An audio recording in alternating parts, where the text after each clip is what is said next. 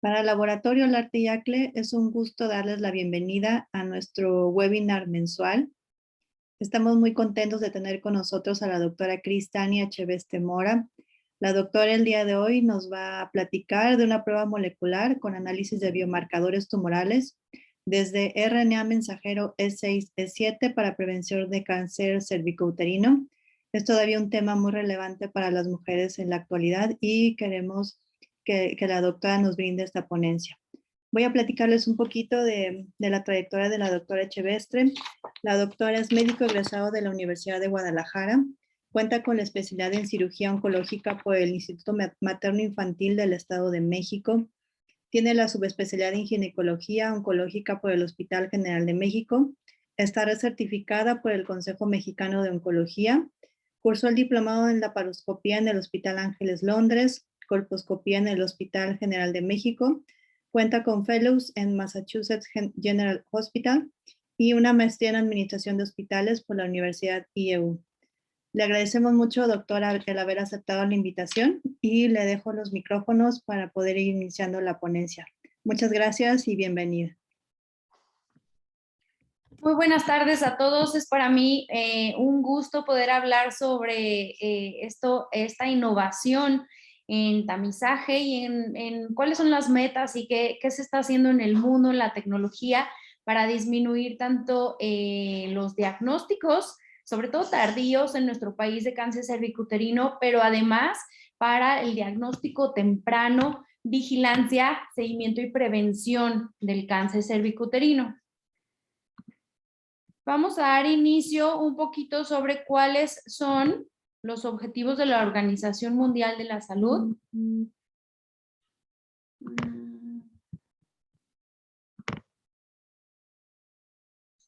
Listo. Entonces, los objetivos de la Organización Mundial de la Salud pues son muy desafiantes para países específicamente como nosotros.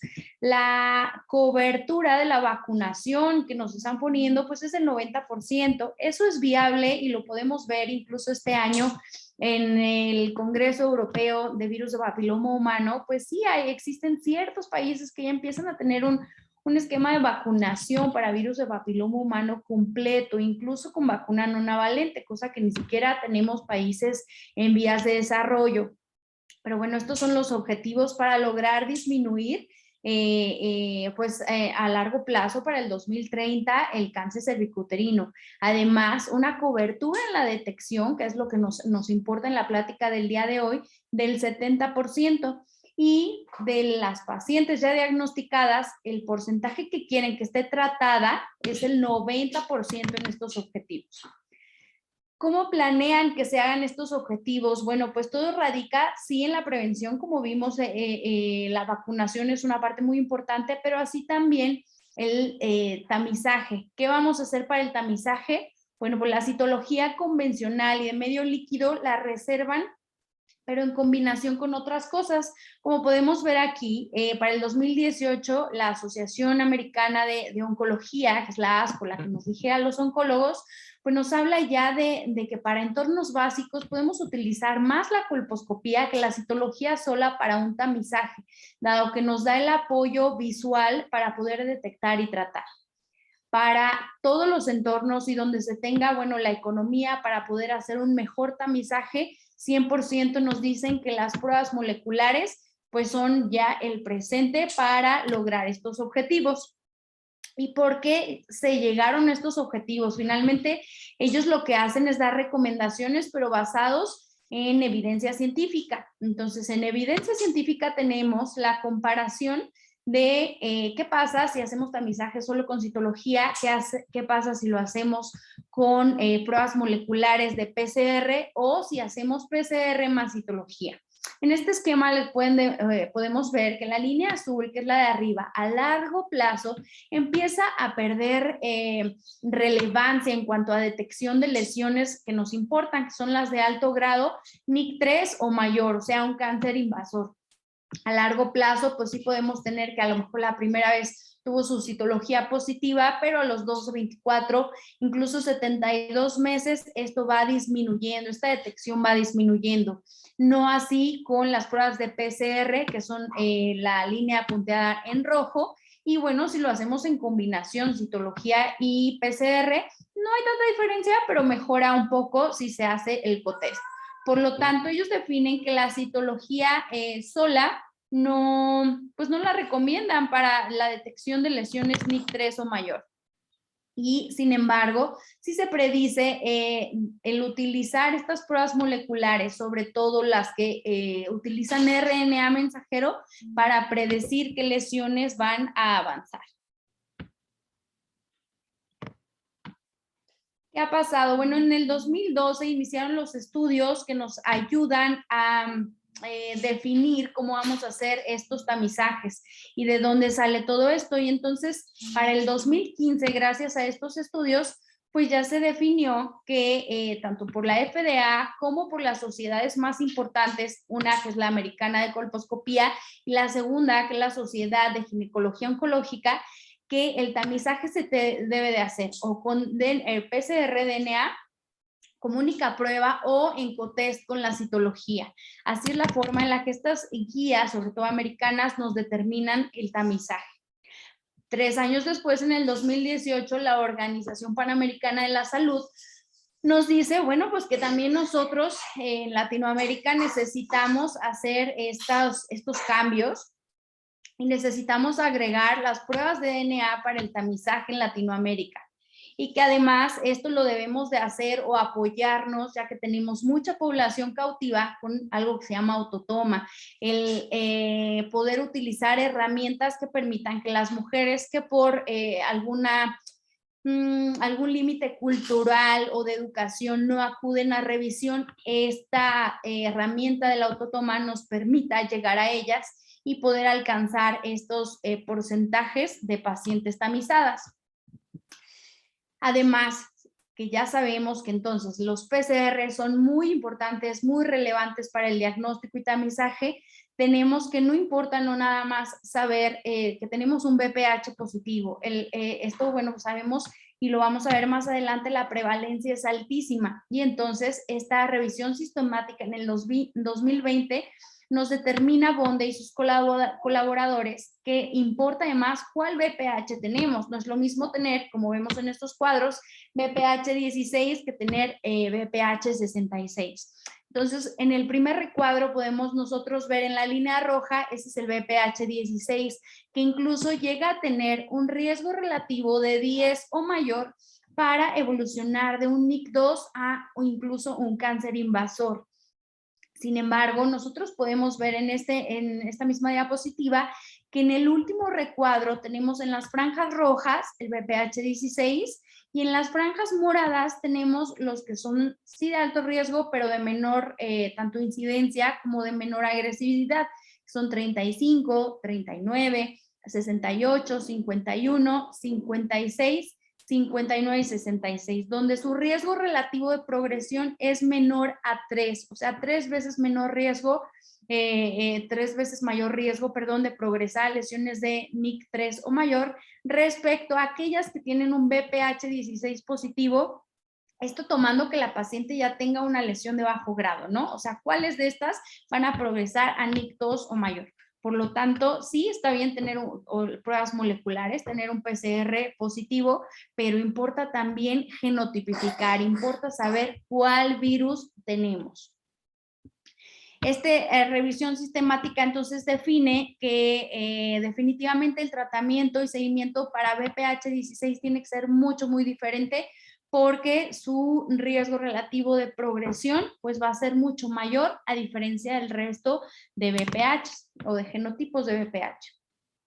Y entonces con esto van a determinar que tanto la detección del genotipo va a ayudarnos a saber qué le vamos a hacer a la paciente de tratamiento, cómo la vamos a vigilar, pero además para ver qué método de tamizaje va a ser mejor para estas pacientes, sobre todo pensando en dejar de hacer tratamientos y colposcopías inespecíficas, y va a ser de lo que vamos a hablar toda la plática. Pero bueno, en esta revisión sistemática del 2020, a eso se concluyó que sí importa la genotipificación, no solo hacer pruebas de DNA. Pero bueno, ya hablamos entonces que la citología pues tiene muy buena especificidad, pero su sensibilidad va disminuyendo, sobre todo a largo plazo con las pacientes, que incluso tal vez más de la mitad de las citologías de los papanicolaos que tenemos normales o negativos a cáncer, pues no van a estar normales, va a haber alguna lesión, va a haber algún virus que ya está evolucionando y progresando, cambiando las células y que a un futuro va a causar lesiones de alto grado, cáncer cervicuterino.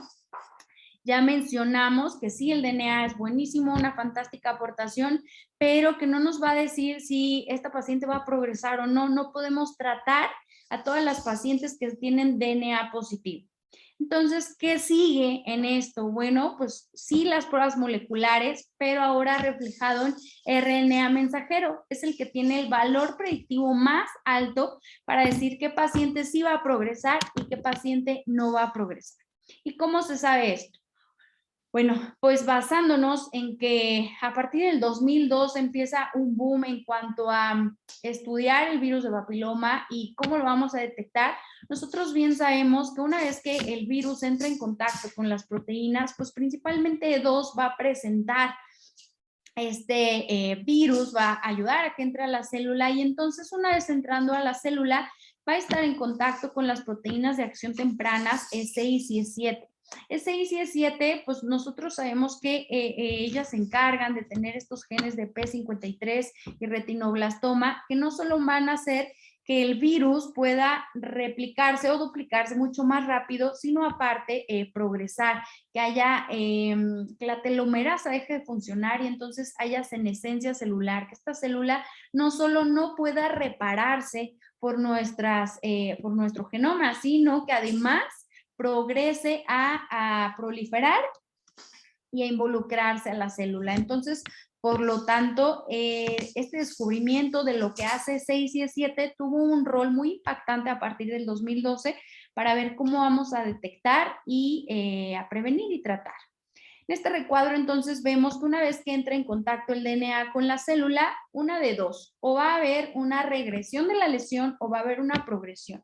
Nosotros sabemos que 80% de las lesiones por virus de papiloma humano van a ser lesiones que van a regresar, van a ser transitorias. Esto depende y varía con la edad. Eso ya está descrito principalmente en mujeres menores de 35 años o mayores de 35 años. Pero que el 80% en promedio van a tener una regresión, va a ser una infección transitoria, va a estar en nuestro cuerpo y el mismo cuerpo lo va a eliminar. Pero o hasta un 20% puede progresar y esto sucede por lo que ya comentábamos de que el E6 y E7 va a estar en contacto con el DNA del virus en el núcleo de la célula y entonces una vez que se sobreexpresan estos, vamos a pasar a que se empieza a causar por la senescencia celular. Y entonces hasta después va a haber una proliferación celular, que es donde aquí entra P16, que es otro de los descubrimientos que ha habido. Y entonces P16, bueno, ya va a decir que se multiplica muchísimo los virus. Pero para que nosotros lleguemos a P16 antes, tuvo que entrar en contacto el VPH con una sobreexpresión de estas proteínas de RNA E6 y E7. Entonces, el chiste es detectar un poco más pronto. Está comprobado que incluso el DNA no está presente en todas las etapas de infección del virus, principalmente una vez que ya es un cáncer invasor. ¿Y cómo sabemos esto? Cuando nosotros tenemos un NIC1, podemos ver aquí en las flechitas que tengo roja, verde y azul, que el E7 empieza pues a sobreexpresarse, pero realmente solo va a estar sobreexpresado en la menor cantidad de lesiones, porque la mayor cantidad, como ya vimos, va a tener una regresión, va a tener clearance. Pero el DNA viral, en las lesiones de bajo grado, empieza a replicarse. Una vez que esto progresa a lesiones de alto grado, ya sea NIC2 o NIC3, empieza a haber una progresión de E7 altísima, podríamos captarlo mucho más en E7, pero así también el DNA viral tiene mucha mayor presencia en NIC2 y NIC3. Sin embargo, cuando nosotros ya tenemos un cáncer invasor, el DNA básicamente ya no se encuentra. Como ya empieza a haber mucho menos cantidad de oxígeno, también el DNA se empieza a perder. Si nosotros, que por ejemplo en nuestro país, la etapa más frecuente del diagnóstico del cáncer cervicuterino es etapa 2 y etapa 3, es decir, avanzados, donde ya hay necrosis. Si nosotros les tomamos DNA a todas esas pacientes ya con cáncer, no vamos a encontrar DNA. Por lo tanto, las estrategias tienen que cambiar hacia detección de algo más temprano. Y entonces, E7, como pueden ver aquí, no se pierde. El RNA no se pierde, como lo vimos en este ejemplo. Por lo tanto, el tomar o detectar mediante RNA, nosotros vamos a ver que va a ser mucho más útil hacerlo con las pruebas de RNA que con las de DNA. ¿Para qué? Para que podamos detectar tanto las pacientes que ya están un poco más avanzadas que aquellas pacientes que están en una etapa vaya inicial o incluso cuando ya se perdió el DNA. Nosotros además vamos a ver que existen estudios que detectan esto y que ya está, vaya, comprobado, donde vamos a tener que las pruebas moleculares de RNA, E6 y E7, van a tener un mucho mayor diagnóstico. Vamos a tener que en este estudio del 2015, que es donde yo les dije que a partir del 2012 empezó el boom de las pruebas moleculares, se intentó comprobar cuál va a ser la utilidad si ya tenemos pacientes con DNA positivo para saber cuáles van a progresar para SIN2, SIN3, incluso un cáncer invasor. Y entonces nosotros logramos ver que, o en este estudio, vamos a comprobar que el RNA mensajero, es decir, la sobreexpresión de E6 y de E7 va a tener mucha mayor especificidad, sobre todo para esos pacientes que tienen lesiones de bajo grado, para saber cuáles van a avanzar.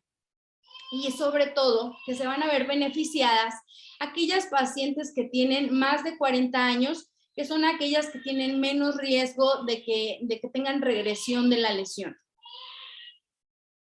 Respecto a biomarcadores, que son estos E6 y E7, para el 2016 vamos a encontrar en este estudio que determinan que la sobreexpresión de estas proteínas no solamente nos va a ayudar a saber qué pacientes van a progresar, sino qué pacientes van a tener solamente la infección latente.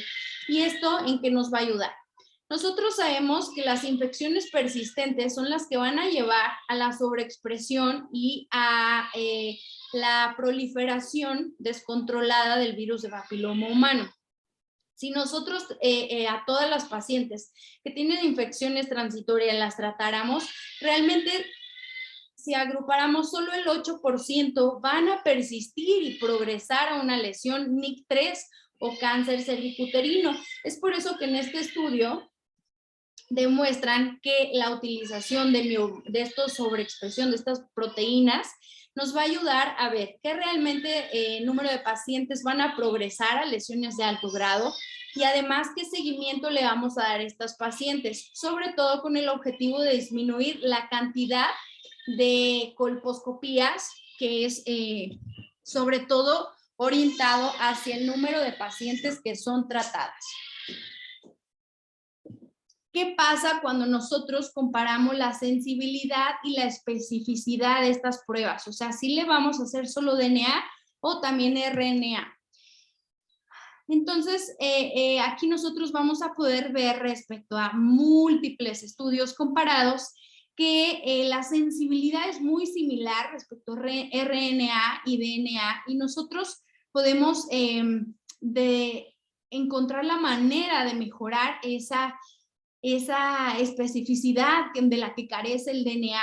Si nosotros sabemos, pues como ya vimos, la gran mayoría van a ser infecciones transitorias. Esas son las que detecta el DNA. Sin embargo, las que nos interesa ver, tratar y prevenir son aquellas que realmente van a progresar a un NIC3 o mayor. El RNA mensajero tiene una sensibilidad cuando tenemos una lesión de bajo grado del 62% versus la sensibilidad del DNA que es 91%. Claro que es mucho más alta la del DNA, pero si nosotros comparamos la especificidad En lesiones de bajo grado, que son las que sabemos que van a tener 80% de regresión, la especificidad para RNA mensajero es del 76% versus el 13% que tiene el DNA solo. Para lesiones de alto grado, la sensibilidad del RNA es del 67% versus el 96% que tiene el DNA. Nuevamente, el DNA tiene mayor sensibilidad. Sin embargo, si nosotros hablamos de realmente qué pacientes de estas se van a progresar, 45% es la especificidad del RNA mensajero versus el 4% del DNA. Por lo tanto, el utilizar RNA mensajero en este estudio destacan que pues, no solo va a ayudar a reducir el número de colposcopías, sino a que nosotros podamos encontrar una mejor manera de detectar estos pacientes para que nosotros entonces podamos tener un mejor tamizaje. En este estudio noruego se compararon realmente qué vamos a hacer con el tamizaje, qué vamos a hacer con aquellas pacientes que ya tienen lesiones de bajo grado y que, bueno, pues ameritan que sepamos qué vamos a hacer con ellas y a quienes realmente vale la pena tratar. Entonces, en este estudio noruego comparan el hacer el RNA mensajero para los virus 16, 18, 31, 33 y 45 para comparar sobre todo en NIC3, lesiones NIC3 o mayores. Y bueno, vieron que la sensibilidad era un poco mejor respecto al estudio que les mostré previamente, era muy equiparable DNA versus RNA en sensibilidad. Sin embargo, el RNA tiene la capacidad en este estudio de predecir la transformación oncogénica de aquellas pacientes con lesiones de bajo grado y concluyen que entonces esto va a ser súper útil para tamizar a las pacientes. En nuestro país lo que tenemos disponible es Cytotest, que detecta los oncogenes E6 y E7, estas proteínas, pero de los genotipos 16, 18, 31, 33, 45, que además de este estudio también genotipica 52 y 58. ¿Pero qué nos dice la evidencia científica? Bueno, en esta revisión científica, en revisión sistemática del 2020, DERBI tiene el objetivo de demostrar el valor predictivo positivo de del RNA mensajero. La N de las pacientes, la N del estudio fue 23.576 mujeres que tenían ya confirmado por histología NIC2 o mayor. Y entonces se utilizaron para RNA mensajero y para de la detección de VPH, PRITEC, Aptima y Quantivirus, que son las que ya están comprobados que realizan esto y que histológicamente ya tenían biopsia de NIC2. La conclusión de este estudio fue que el RNA mensajero es el que estas pruebas que tienen esta detección van a poder detectar más pacientes con NIC2 o mayores que si solo se hace el DNA, nuevamente concluyendo que el RNA mensajero tiene mucha más presencia entre más grave sea la lesión. Por lo tanto, esto puede llegar a ser utilizado, como lo proponen en este estudio, en lugares como Latinoamérica, como África y todos los países en vías de desarrollo de escasos recursos, donde la facilidad para tener una biopsia pues es muy baja. Por lo tanto, si no se puede tener una biopsia, pudieran tomarse en cuenta solo el RNA para tratar a la paciente, porque ya sabemos que si la paciente tiene RNA positivo, tiene sobreexpresión, el tratarla pues nos va a hacer que esta paciente no progrese. ¿Esto cómo está comprobado? Bueno, pues ya sabiendo la historia natural de la enfermedad, aquí podemos, en este estudio demuestran que aquellas pacientes con sobreexpresión específicamente de E6 va a tener una predicción de lesión, es decir, aunque nosotros no lo veamos en la colposcopía, si tenemos una paciente que tiene VPH por DNA positivo, pero tiene el E6 negativo, la posibilidad de que esa paciente progrese a NIC2 es el 1.8%, es bajísimo. ¿Por qué? Porque hablamos de que esa paciente seguramente iba a regresar, a lo mejor era una infección transitoria y pues nada más estamos hablando de prevalencia cuando es puro DNA. La posibilidad, si tiene DNA positivo y E6 negativo, de que progrese a NIC3, pues es de 0.57%. Entonces, 0.53%. También es bajísimo el riesgo de que progrese a un NIC3, incluso a un cáncer in situ. comparado, por ejemplo, con las lesiones de ácido acético. Si la paciente tiene el S6 negativo, la posibilidad de que progrese a NIC2 es de 0.7 y a NIC3 de 0.2%.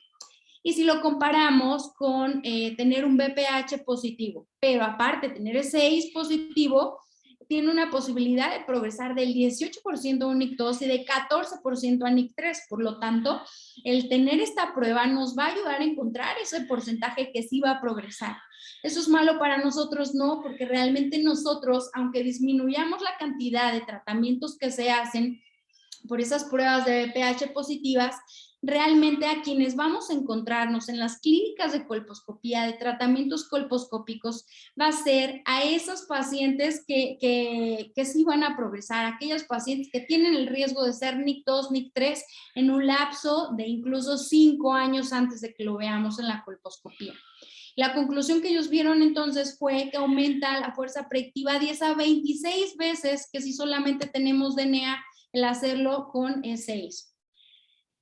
Respecto a regresión, y esto enfocado hacia la vigilancia de las pacientes, es que aquellas pacientes que tengan un DNA positivo, pero tienen E6 negativo, tienen un 13% de posibilidades mayores de regresar en comparación de que si solo tenemos el DNA, pues es como un poco más ambiguo, pero si tenemos comprobado que esa paciente no tiene sobreexpresión de E6, tenemos entonces 90.5% de que va a tener regresión a un año si inicialmente era una lesión de bajo grado.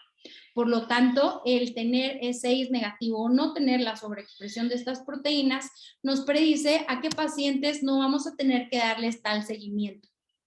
Nuevamente en estos estudios noruegos, entonces comprueban que justamente si nosotros le hacemos RNA de los virus más frecuentes, de los 7 genotipos que más cáncer cervicuterino van a causar, entonces nosotros vamos a poder saber no solamente para pacientes de tamizaje, sino aquellas pacientes que ya recibieron tratamiento, qué tratamiento les vamos a hacer. Si la prueba es negativa para los 7 genotipos, entonces podemos darle seguimiento tranquilamente a esta paciente a 12, incluso 24 meses.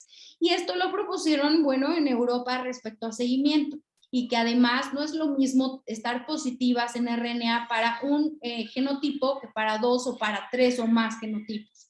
Si estamos positivas para un genotipo de BPH de alto riesgo, entonces esa paciente tiene que ir a colposcopía, es muy similar a la SCP, sin embargo aquí nos dice que si es un NIC2 o mayor hay que hacer un LIP, pero que si la paciente es un NIC1, o está en normal incluso, pero ya nosotros lo corroboramos así, esta paciente puede tener un seguimiento.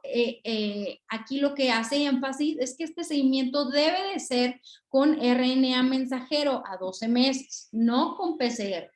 Y que si está negativo a los 12 meses, esa paciente ya se puede ir a un tamizaje de 3 años o 5 años incluso. Si esta paciente de un inicio tiene una detección de 2 BPH por RNA mensajero, entonces si tiene menos de 40 años, que es cuando tiene más posibilidades de tener infecciones transitorias o tener clearance, esa paciente se le hace su colposcopía, su biopsia, y solo si es NIC2 o mayor va a tratamiento. Si no, le vamos a dar vigilancia mediante RNA mensajero. Pero forzosamente si tenemos 3 genotipos de BPH positivos por RNA, forzosamente esta paciente debe ir a tratamiento. ¿Y esto por qué debe de ser? Porque alguno de esos 3, sobre todo si es BPH 16, está comprobado que esa zona de transformación está en peligro, eventualmente va a progresar a NIC3, su riesgo relativo es de 15, quiere decir que tiene 15 veces mayor riesgo de progresar a un NIC3 o mayor. Por lo tanto, hay que deshacernos de esa zona de transformación y entonces hay que hacerle un LIP como la colposcopía. Nuevamente, bueno, pues estudios que lo comprueben. Básicamente, nuevamente Noruega nos habla de qué le vamos a hacer entonces este triage.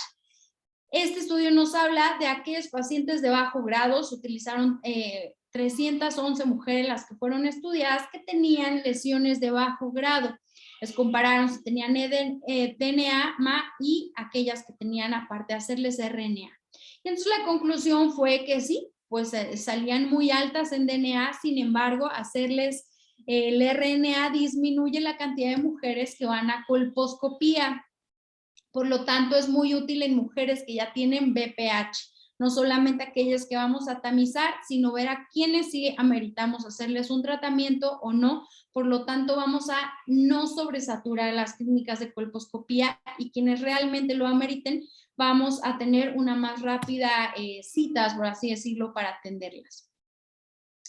Y bueno, pues María Teresa Bruno hizo un estudio para el 2015 donde estudió 674 mujeres que ya eran o ya tenían positivo un BPH de alto riesgo.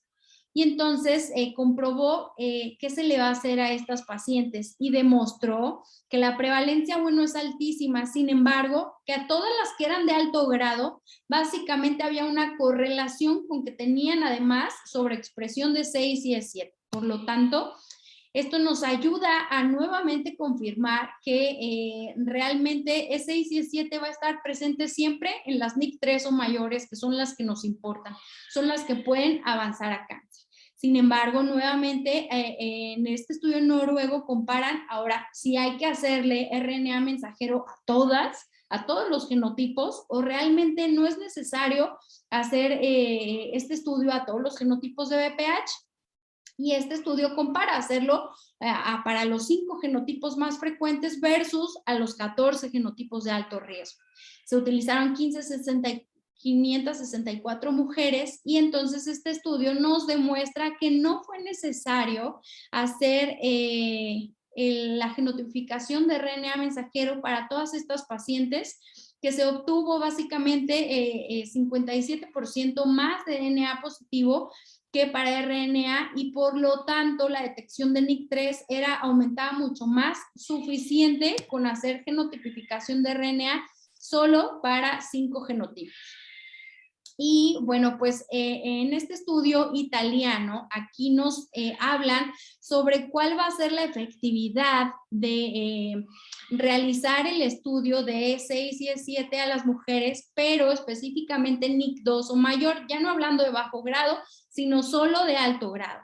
Y entonces aquí demuestra que el hacer este estudio nos va a incluso predecir qué mujeres a 5 años puede padecer cáncer cervicuterino, y además concluyen que hacer la autotoma tiene suficiente celularidad y estadísticas, tanto sensibilidad y especificidad, para que en países donde hay mujeres cautivas, como ya lo explicábamos y como ya se vio en la Organización Panamericana de la Salud, que podamos tener suficientes resultados y seguimiento en las pacientes.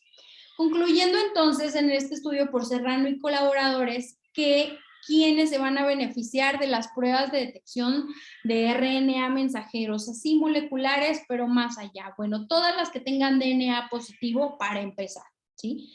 Todas las mujeres que además tengan lesiones de bajo grado y que tengan menores de 30 años, para que solamente tratemos aquel pequeño porcentaje, 8% según las estadísticas, que va a progresar a 5 años a una lesión de alto grado, y que además va a ser muy útil en aquellas pacientes que ya tuvieron algún tratamiento. Aquellas pacientes que ya tuvieron un tratamiento y que entonces les podamos dar el seguimiento para ese pequeño porcentaje, que incluso 20% está descrito, de mujeres con NIC2 o NIC3 que van a tener una persistencia o recurrencia de lesiones a un lapso de 10 años. Entonces, hacerle seguimiento con RNA nos va a ayudar a darles el adecuado seguimiento para que ese NIC2, ese NIC3 no tenga recurrencia o persistencia. Y pues la utilidad más grande demostrada respecto a la genotipificación es que las de BPH16, como ya vimos, el riesgo relativo es altísimo, tanto de que tengan NIC2 o mayor, como de persistencia. Por lo tanto, esta va a ser la cuarta utilidad más importante de hacer RNA mensajero. Entonces concluimos que aquellas mujeres que tengan RNA mensajero negativo, podemos espaciar su seguimiento sin ningún problema, que no vamos a tener que biopsiar y hacer tratamientos a mujeres que no lo ameritan, específicamente para el grupo de mujeres de 30 años o menos, y que nos va a diferenciar de todas las que tengan DNA positivas realmente quienes ameritan tratamiento, y que el seguimiento para las BPH16 va a ser mejorado. En este estudio, como ya mencionaban los italianos y como mencionó la Organización Panamericana de la Salud, pues la autotoma, ¿no? El hacer o llevar estas pruebas moleculares, pero en una autotoma. Este estudio se hizo en México, se publicó en el 2021 y, bueno, compararon si el estudio lo tomaba el médico, lo tomaba la paciente, tanto si se tomaba suficiente muestra, si lo hacía la paciente sola, es decir, sin llegar y verse el cervix, o si lo tomaba el médico. Y además que a la paciente le gustara. Lo primero, pues que vemos aquí el resultado es que el 96.6% de las pacientes lo volvería a hacer como autotoma. Por lo tanto, la aceptación fue muy buena. Quiere decir que nos va a ayudar a captar mujeres cautivas. Y en cuanto a resultados, pues había ahí la concordancia de si iba a haber suficiente muestra, si la paciente la tomaba sin tener, sin ver o visualizar el cervix. Y entonces aquí encontraron que había mucha mayor celularidad si la paciente lo hacía como autotoma que si lo tomaba incluso el médico. Y esto está demostrado en otros estudios que se debe a que la muestra se toma desde vulva. Nosotros tenemos la presencia de BPH en orina, en heces, en todo nuestro tracto genital por contigüidad, que así es además como progresa el cáncer cervicuterino. Por lo tanto, vamos a tener mayor celularidad en la autotoma. Por lo tanto, esto va a ser eficaz para la detección de mujeres, sobre todo en países en vía de desarrollo como nosotros. Y de los estudios anteriores, como conclusión, les quiero mostrar el textual que escribió Massimo Origoni, donde dijo que desde el comienzo de la era molecular, en la prevención de cáncer cervicuterino, se han dado muchos pasos hacia adelante solo para superar las limitantes que ya sabemos que tiene la citología, pero que las pruebas de RNA mensajero representan una realidad en este desafío y una posibilidad alentadora que junto con el resto de herramientas moleculares en un futuro cercano nos puedan llevar a eliminar el cáncer cervical.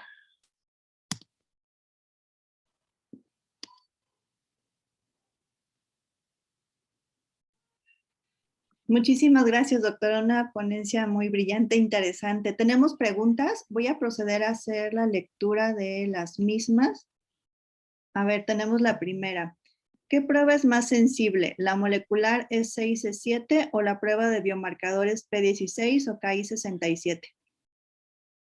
En cuanto a sensibilidad y especificidad, la verdad es de que rebasa por mucho cuando se trata de lesiones NIC3 o mayor las pruebas moleculares de RNA mensajero. Y recordemos que aquí lo vamos a detectar desde antes. Si nosotros tomamos el mapita que les puse previamente de en qué momento se va a sobreexpresar P16 y en qué momento vamos a tener E6 y E7, primero va a haber una sobreexpresión de las proteínas de acción temprana. Por lo tanto, si nosotros tenemos esto, no necesitamos esperar a que ya haya proliferación celular, porque esto va a ser un método de detección más tardío. Por lo tanto, por lo menos en los últimos años, a cómo ha estado el Congreso Mundial de Virus de Papiloma Humano, la detección va orientada hacia detectar antes, no esperarnos a que ya haya una proliferación celular. De acuerdo. Tenemos otra pregunta. ¿La detección sigue siendo con colposcopía y el seguimiento es con este estudio? No, como nosotros podemos ver, lo más importante es el tamizaje.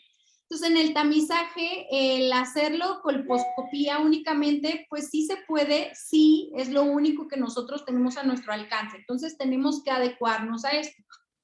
Muchos se utilizan en otros países que incluso ver y tratar. Pero si nosotros tenemos al alcance las pruebas moleculares, o sea, incluso en nuestro país ya tenemos la prueba mía by cytotest, es en la que nos va a ayudar en nuestro país no solamente a tener el DNA, que ya vimos que tiene mucha prevalencia, sino a tener RNA y poder clasificar ese subgrupo de pacientes que realmente sí va a progresar a una lesión de alto grado. Entonces, sí, definitivamente, si se puede, pruebas moleculares, y si lo hacemos como en Europa y Estados Unidos, solo aquellas que tienen DNA positivo y RNA positivo van a colpos, todas las demás no. Obviamente en nuestro país la medicina tanto pública como privada se maneja diferente. Muchas veces ya nos llegan con el diagnóstico y entonces así es más fácil. Si nosotros, la paciente ya nos llega con una colpos alterada y tenemos entonces la posibilidad de nosotros saber si sí va a meritar tratamiento o no va a necesitar tratamiento. Si nosotros hacemos DNA y RNA, le vamos a poder, con papelito en mano y con evidencia científica, demostrar a la paciente si realmente va a meritar tratamiento o que definitivamente no es una paciente que amerite tratamiento y se va a quedar en vigilancia, pero con una vigilancia con pruebas moleculares, con RNA mensajero de preferencia. Sí, ya con los biomarcadores. Exacto. Tenemos otra pregunta. La voy a leer. Cuando existe una lesión a nivel del epitelio de transición, ¿es pertinente realizar RNA mensajero o definitivamente practicar biopsia y la criocirugía?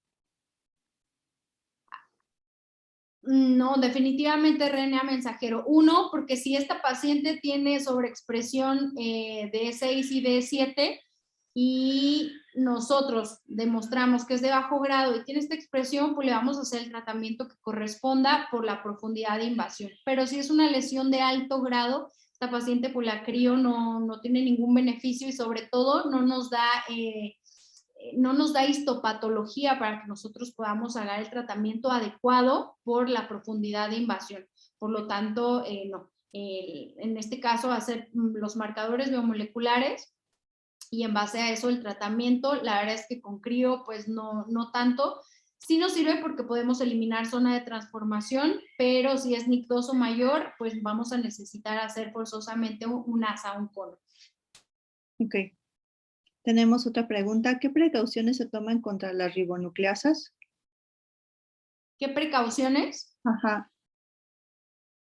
Como respecto a qué? A ver si nos puede... A la hora de la transcripción del método en que se toma el RNA. Sí, yo creo que se refiere a eso.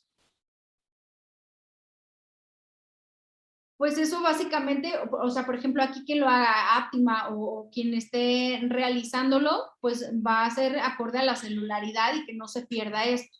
Aquí lo importante que tenemos que recalcar es cuando ya estamos en lesiones más avanzadas y ya no vamos a tener DNA, va a ser este subgrupo que se va a ver beneficiado para que el DNA, aunque ya no se vea en la muestra, lo sigamos teniendo mediante RNA y no se pierdan esos diagnósticos. Pero respecto, no sé si se refería a la toma de la muestra, a que se pierda o que no se pueda detectar suficiente RNA, pues no, o sea, básicamente si tenemos celularidad, pues los aparatos están calibrados para que se pueda llevar a cabo la captura, incluso pues como ya vimos, ya sea para 5, 7 o los 14 genotipos obtener RNA. Gracias, doctora. Tenemos otra del costo-beneficio. Nos preguntan si la prueba molecular es costosa. ¿Hay que nos puede decir? Nos podemos ahorrar tratamientos e inclusive el beneficio a la paciente, ¿no? Bueno, pues yo aquí contestaría, si yo soy la paciente, sí. O sea, yo me puedo ahorrar el láser o el cono, incluso los seguimientos son muy diferentes. Si yo le invierto a mi diagnóstico con RNA mensajero, que si no lo hago me voy a ver incluso sobretratada, ¿no? ¿Qué tal que soy una paciente que tiene RNA mensajero negativo y entonces no ha meritado tratamiento? Pues ya me ahorro el tratamiento. Si soy la institución pública, entonces nosotros vamos a desahogar los servicios de colposcopía de todas ese número de pacientes que no ameritaba tratamiento o que no amerita esos seguimientos de cada 6 meses como normalmente se están haciendo y por lo tanto realmente darle seguimiento a las que sí están en peligro. Ahora, si yo soy el médico, el ginecólogo, colposcopista de la institución privada, entonces me va a beneficiar porque me voy a quedar realmente con las pacientes que van a hacer un tratamiento. Por lo tanto, a mí me conviene, en vez de hacer colposcopías cada 6 meses, pero solo colpos, pues entonces realmente hacer conos a todas esas pacientes que sí lo ameritan. Gracias, doctora. Tenemos otra pregunta. ¿Con este método podemos saber qué tipificación de BPH tiene la paciente? ¿O es ¿Podemos saber necesario qué, perdón? con este método podemos saber qué tipificación de BPH tiene la paciente o es necesario hacer primero una detección de tipificación? O sea, ¿cuál es el procedimiento?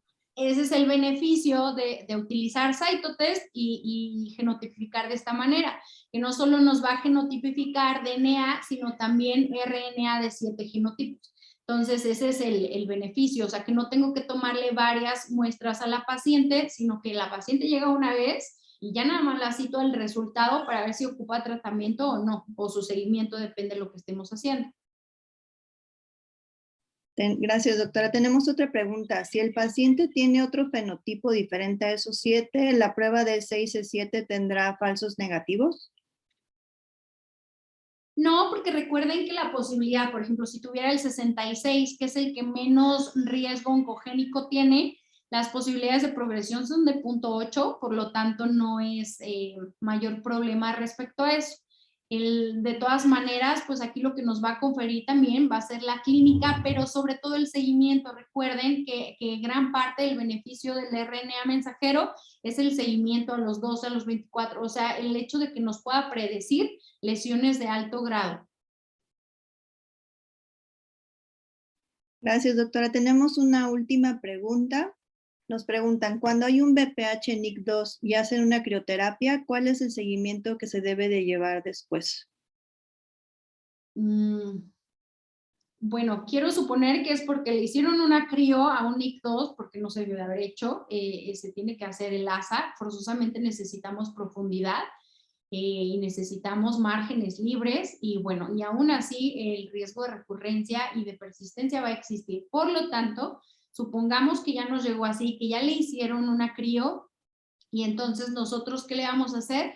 Pues explicarle a la paciente que necesitamos un estudio con la mayor tecnología posible, en este caso RNA mensajero, para que nosotros le demos el seguimiento a ese tan alto riesgo que tiene esta paciente por no haber tenido un tratamiento excisional pues el riesgo que tiene de recurrencia y de persistencia de la lesión. De hecho, sobre todo sería persistencia.